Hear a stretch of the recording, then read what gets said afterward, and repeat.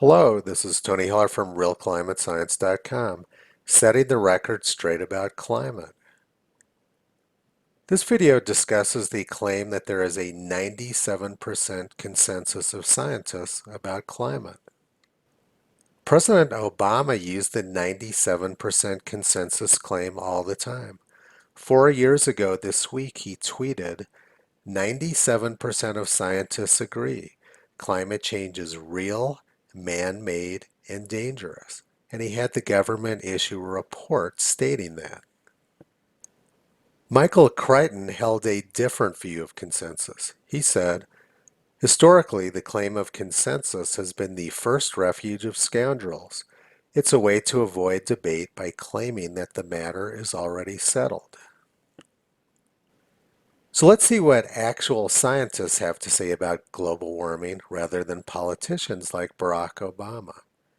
In 2014, the American Meteorological Society took a survey of their professional members. Table 1, Meteorologists' Assessment of Human-Caused Global Warming. And the question is global warming happening? If so, what's its cause? And for the response, yes, mostly human, only 52% of respondents believe that global warming is mostly human. That's just barely over half, not very close to 97%. Among forecasters, the people who actually make their living being correct about their forecast, the number is only 37%.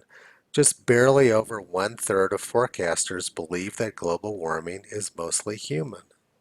Among non-publishing experts in climate science, only 38% believe that global warming is mostly man-made.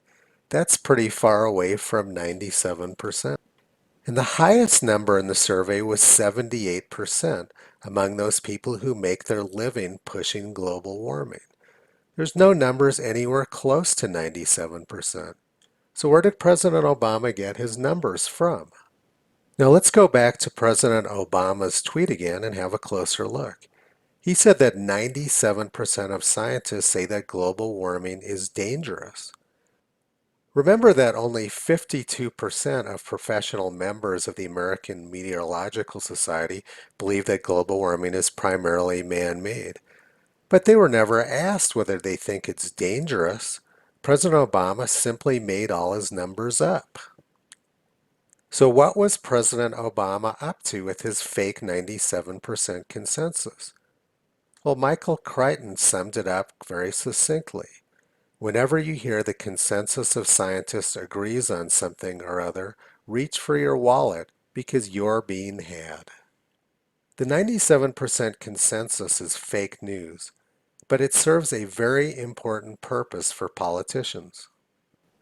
When congressional hearings occur, like the recent one with Roger Pielke Jr., Judith Curry, and John Christie, the 97% consensus myth gives Democratic politicians an excuse to turn off their brain.